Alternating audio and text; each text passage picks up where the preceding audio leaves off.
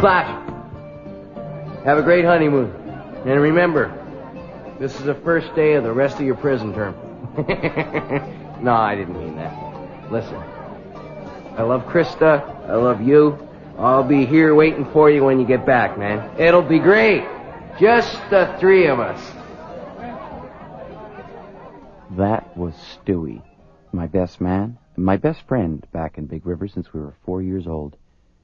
I'm still trying to figure out what happened, how I could have let it happen, why I didn't see. April 3rd. I'm married.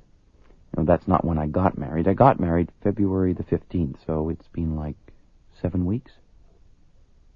We went to New York for 5 days for our honeymoon. We saw 3 Broadway shows, but it was kind of awkward. Krista brought her wheelchair because we knew we were going to be doing a lot of walking, and it's always awkward. It tires you out, even if they have okay facilities for wheelchairs, especially if it snows.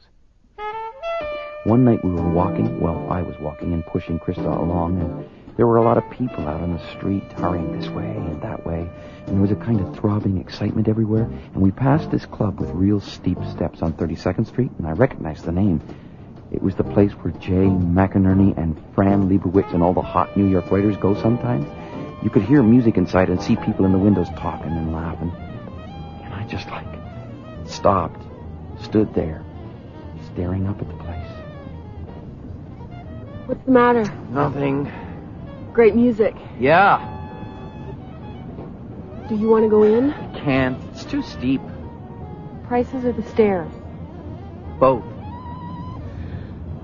Well, let's get going then. Suddenly I felt weird about everything. There I was on my honeymoon with the person I loved more than anyone in the world, and my child was snuggled right there in her tummy. And all I could think of was that I'd never be able to go into a place like that and talk about my novel, never be free to chase whatever opportunities came along wherever they lead me. I was a 20-year-old cab driver with a wife in a wheelchair and a kid on the way. Oh, jeez. I didn't even know why I was thinking that. I didn't want to think that. I couldn't trust myself to say anything all the way back to the hotel. I sat in our room in silence and pretended I was reading. Krista just looked at me. No, it doesn't surprise me a bit. Now, most guys, they have second thoughts, also known as why doesn't somebody just take me out and shoot me about a year before? Or maybe 6 months, or maybe the night before the wedding, but not you. You wait till after the wedding. That's why you call Flash. I just feel rotten, that's all. Thinking about stuff like that, but I can't get it out of my head. Well, it's because of your personality type. You're a B or C or something. Oh, jeez. No, I read it. It's true. You're repressed. That means you're always holding everything inside. That's you, man. You've always been like that. Cool on the outside, Mr. Nice Guy, and all screwed up on the inside. You don't know what you feel because you don't ever let it out. What type are you? I'm an A. You would be. It's not a contest, man. Hey, it'll be okay. You and Krista? It's the smartest thing you ever did, Flash. Yeah. So when's he going to get his own place? Feels like he's been around forever. Who, Stewie? Is there somebody else here I don't know about? Of course, Stewie. Soon, he's just got a job. How soon is soon?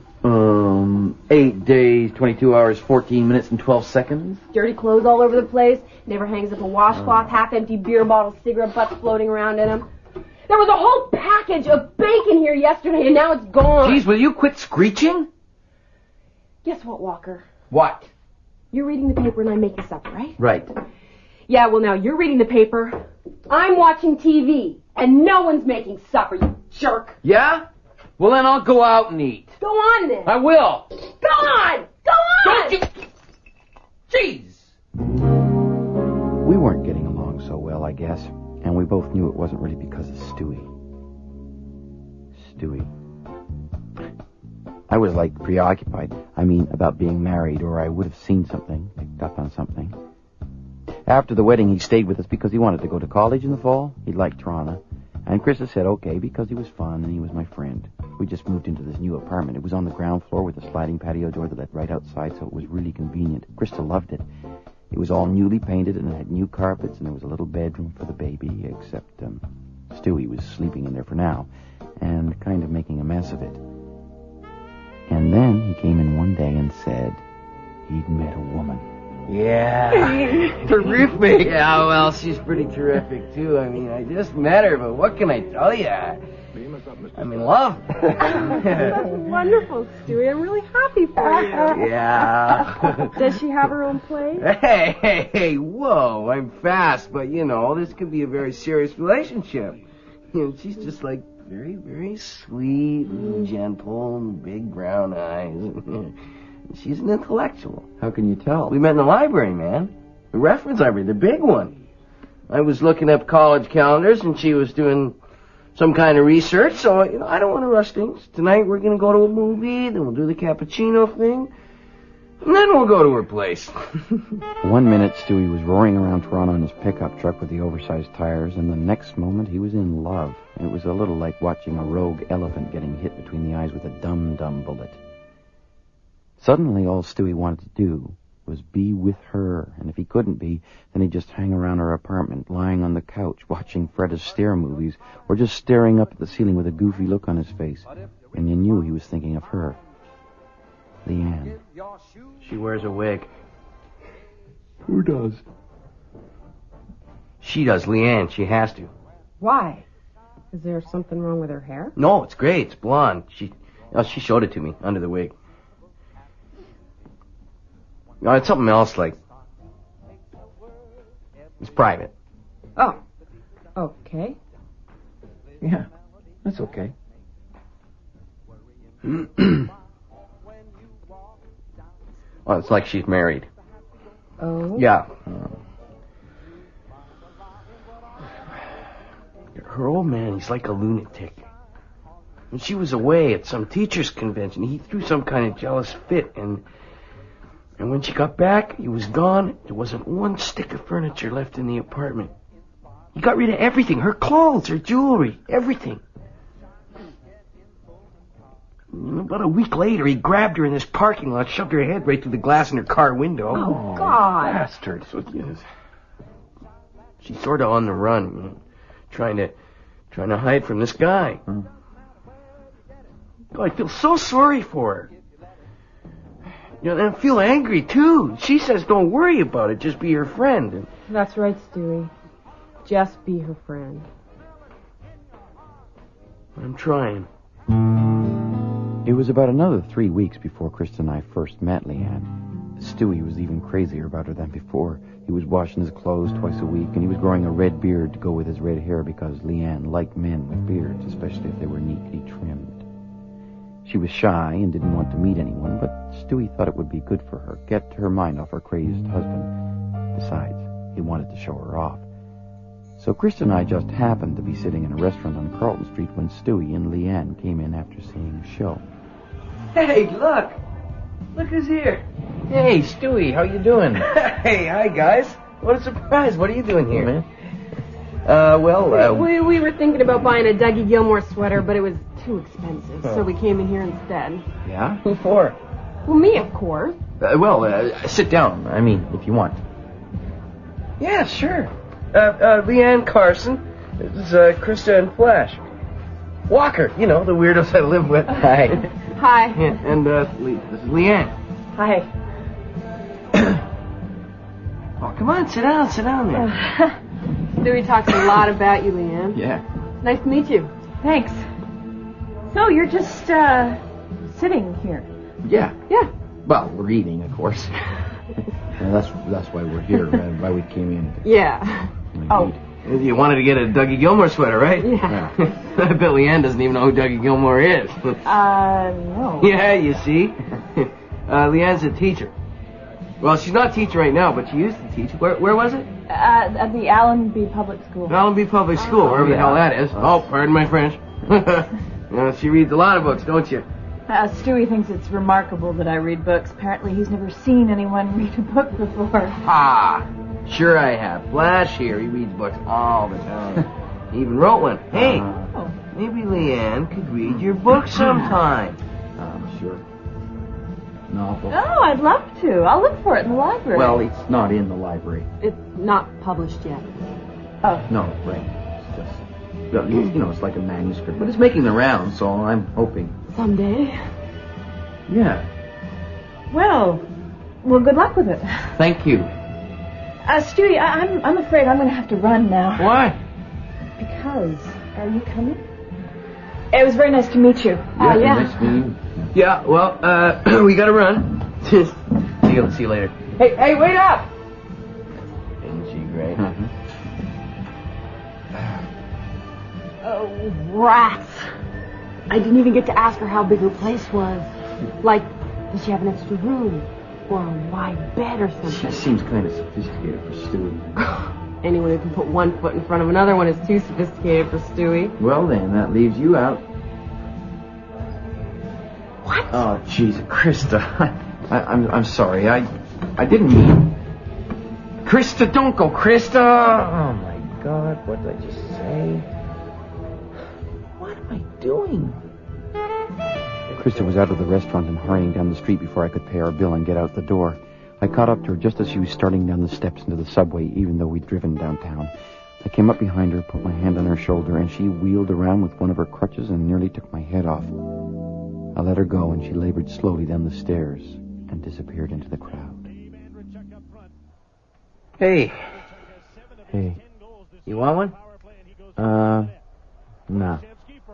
Okay, I'll have two.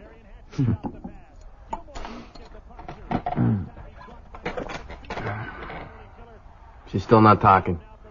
No. Boy, 3 days now, you really screwed up. Yeah. What's the score? 3-1 Leafs.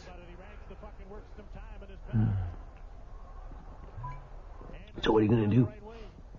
You gotta do something. Would you buy her some flowers? Oh, no, man. It's too heavy. Flowers won't do it. I should buy myself a new brain. You know what I think? I think I might be in the way. No. No, you guys, you're just married. You need privacy, right? I mean, I bet you wouldn't even be fighting if it wasn't for me. Yes, we would. It's me. It's all me. I don't know what's going on in my head. Maybe you're scared. What are you talking about? I'm not scared. About what? Being a husband? Being a father? Forever? You're a father forever, you know. Maybe you're afraid of screwing up. I want to be a husband and a father. And a famous writer. Yeah. So what's stopping you? Right. Do all three. You'll be really something, man. Yeah.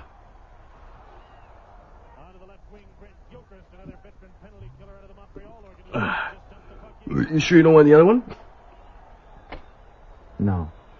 Thanks, Stewie. Okie dokie. Well, I've been thinking about moving in with Leanne. All right, I've been wanting to all along, but she's very shy. Oh? Yeah, so the opportunity hasn't come up. Well, she's living in this furnished apartment hiding out from her old man. It's like hard on her nerves.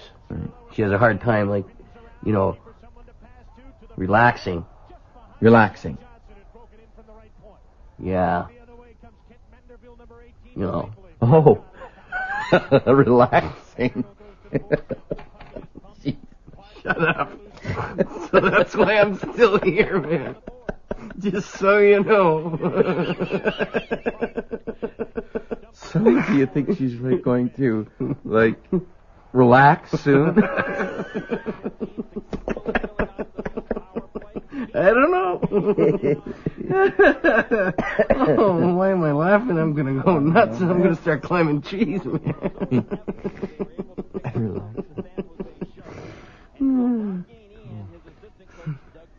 She's great, though. Isn't she? What do you think? Well, yeah. I just met her that once, quickly. She seems great. Nice wig. Yeah, well, she has to wear the wig. And dark glasses. Yeah, mysterious. Scared.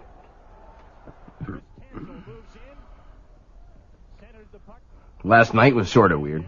We were driving along in her sports car. It's an Audi, man. What a dynamite car. Anyway, she makes her right turn on a red light without stopping, and this cop pulls us over, gives us a ticket. So he's making out the ticket, and he says, your address still Hibble Street? And she says, yes. Hibble Street, I don't know it. Well, she doesn't live there, of course, because that's where she lived with her husband, but that's not the weird thing.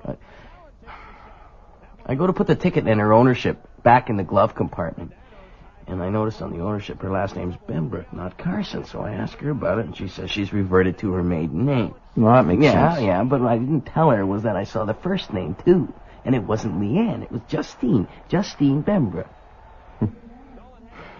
If you go back to your maiden name, you don't change your first name, too. No. Well, Leanne could be like a pet name or... Oh, I don't know. Sometimes I've gone around to her place a couple of times during the day and she's not there. And later when I ask her if there's anything new, she says, no, I've just been hanging around the apartment all day, so... I don't know.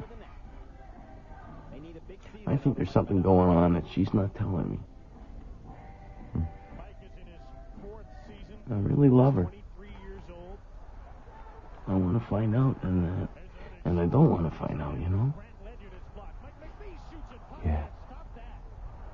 I know. What's this? A present. Oh. It's not my birthday. No. Oh, gee, number 93, a Dougie Gilmore sweater. Oh, it makes a neat maternity outfit, eh? Yeah. Krista, I'm really sorry. About what? That I can't put one foot in front of the other one, right? That you're married? What? No, what I said, it was disgusting. But you meant it. No, I didn't mean it. Krista, I love you. Jeez, I love you. I've got to hold you right now or I'm going to die. I'm just kind of scared of screwing up. Screwing up what? Everything. I took it out on you. Walker, I'm scared too. Jeez. Hey, I like my sweater. A lot. Aren't you going to come here? Krista.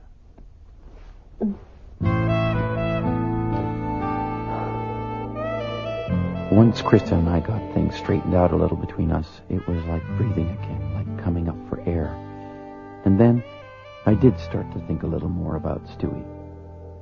I did. I called Allenby Public School.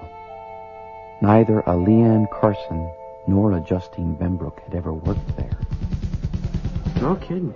Never heard of her. Either one of her. Yeah? Well, don't worry about it, man. She'll tell me what's going on, you know, when she's ready.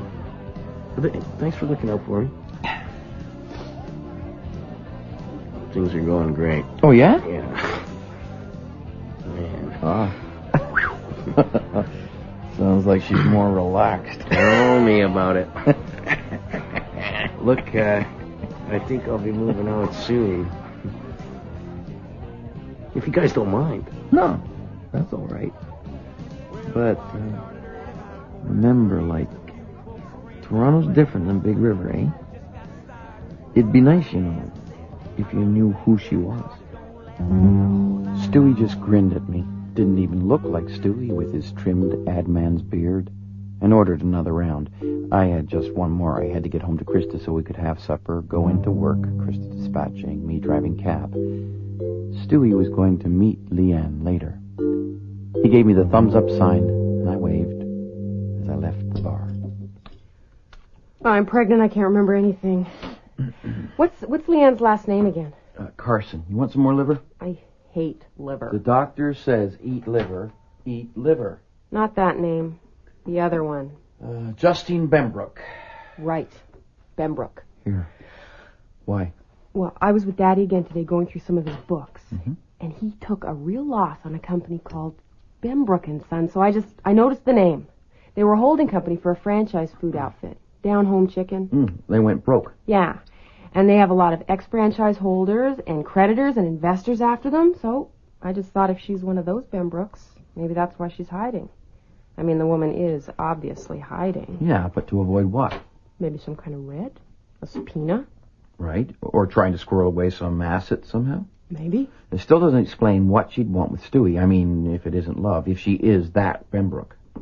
Walker, Stewie's he's our friend.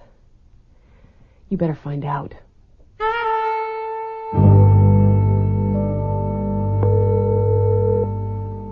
Inspector Kiss, homicide. Hi, Inspector. It's me, Walker. Inspector? You found another body, right? No, Inspector Kiss, there's no body. It's just like me asking a question. I'm up to my neck in stiffs here, kid. I mean, what am I, the answering lady? Jeez. Yeah, all right. I'm sorry, I'm having a bad day. What? If you want to find the names and addresses of the owners of a private company, is that like public information? I mean, where would you look? Are you on a case, or are you looking to invest money? Well, I guess I'm on a case. You know Down Home Chicken? They went broke. Yeah, well, the controlling company was Pembroke & Son, and I'm trying to find out if one of the owners was named Justine Pembroke. No. No? No, the department got involved in that one big time. I know all about it. Harold Pembroke and his father, Charles. The son, a real sweetheart. He expanded Pembroke & Son into the import business. Cocaine, heroin. What? Oh, yeah. Yeah, he was embezzling funds from the company to cover front-end payments on the drugs his father didn't know anything about. He got real greedy. Little Harold went for the big score, but the good guys infiltrated the operation, and he got busted before he could recoup his investment. The money was gone, so was his father's company. Poor old bugger was so upset he had a stroke. Jeez. Yeah, Jesus, right. But Harold made a deal. Served 6 months minimum security because he named names and sent down 2 principals in the big-time drug ring. As far as I know, we've been protecting the little sleaze ever since. We left a message on the kitchen table for Stewie to call us as soon as he got in from Leanne's. I dropped Krista off, picked up the cab I was driving for the night, and headed straight over to the reference library before they closed. Hi. Toronto Star and Toronto Sun microfiche, please. Between, say, February 1st and the end of March, 92. Inspector Kiss was close on the dates of the Pembroke trial, so it didn't take long to find. It was big and splashy. Drugs, organized crime, death, threats. But there was no mention of a Justine Pembroke anywhere. And then, on the front page of the Sun, February 16th, I saw it. Or I should say him. A large color photograph of Harold Pembroke coming down the steps of the courthouse. He was carrying his overcoat over his arm and looked straight at the camera with a kind of grim smile. Red hair and neatly trimmed red beard. He was a dead ringer for Stewie.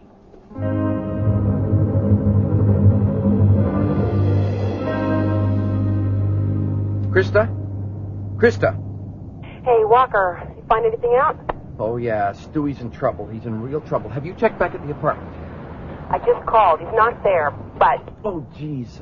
He's over at Leanne's. Oh, why didn't I ask him where she lived? Why didn't I get her address? Walker, listen. We've got to find him. You listen? He called the apartment. There's a message on our machine. He said he won't be around for a few days. He and Leanne are house-sitting her parents' place. What? Where? He just said somewhere in Scarborough. It's got to be Hibble Street. Look up Hibble Street, for God's sake. That's the street Stewie said was on her ownership. She's his wife. That's what it is. That's where they're going. Whose wife? If they haven't moved. Harold Pembroke. Well, why would she take him there, of all places? Okay, Hibble Street. It's not in Scarborough. Of course not. Where is it? Etobicoke. Okay, I'm heading there. Give me directions, then call Inspector Kiss and ask him to get Harold Pembroke's current address. And hurry. Stewie wouldn't know Scarborough from Etobicoke from Center Island, but there was only one Hibble Street or Hibble anything in the whole city. A residential street 3 blocks long off Bloor near Prince Edward Drive. It was 8:30 by the time I'd raced across town, got there, and no word yet from Inspector Kiss. The houses looked large and shadowy behind the streetlights. When I turned onto Hibble, they were a little more modest, except for a few newly built oversized monsters that took up every inch of their lots and towered over their neighbors.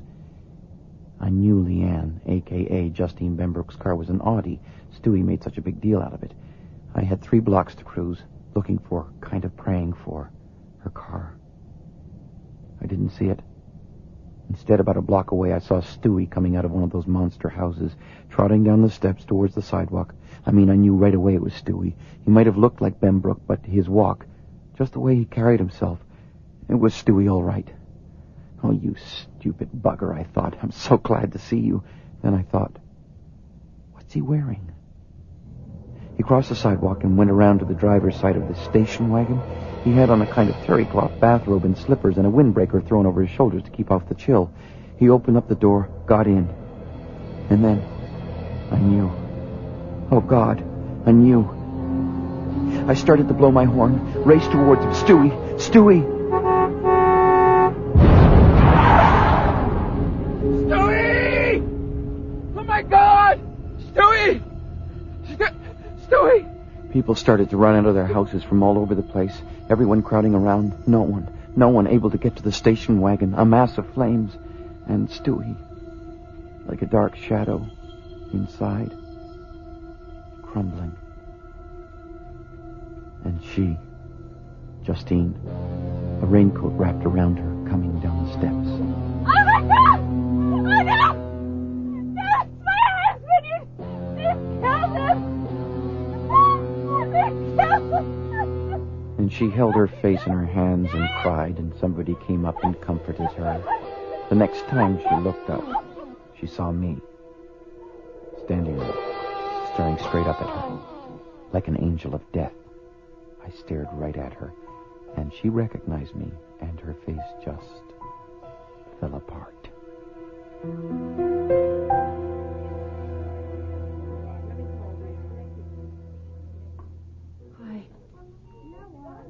Hi. You okay? Yeah, They said that you were in shock. they gave me something. Yeah? A walker.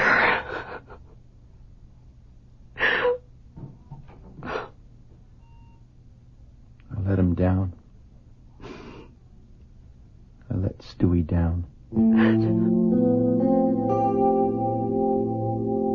Inspector Kiss told me later. Harold Bembrook had said all along there was a contract out on his life, but the police had no proof of that and couldn't afford to give him protection forever. He and his wife decided to make a run for it, but before they could, she saw Stewie one day on the street, couldn't believe her eyes, and followed him into the library. And then she thought of a better plan. They started to leave one of their cars out in the street like they were getting overconfident, and they videotaped it. One night, they caught the image of a man setting a bomb under the car. That's what they were waiting for. She invited Stewie to their place. They got into the hot tub. She gave him what was supposed to be her father's bathrobe and slippers and a windbreaker full of her husband's ID, and asked him if he would please go out and park her father's station wagon in the garage. They figured all they had to do was get rid of Stewie's clothes. She'd identify the body, and who in the city of 3 million would ever connect a missing guy from Big River with her husband's murder? Bembrook would lay low for a few months. The gang would have their revenge, and he'd be a free man. The two of them would disappear forever. Except she never expected the body would be burned beyond recognition, so the police would order blood, dental, DNA tests, and especially, she never expected me to be standing there on the street, Stewie's best friend. I should have known better. You see, I was distracted. I was just married, and Stewie, he was my best man.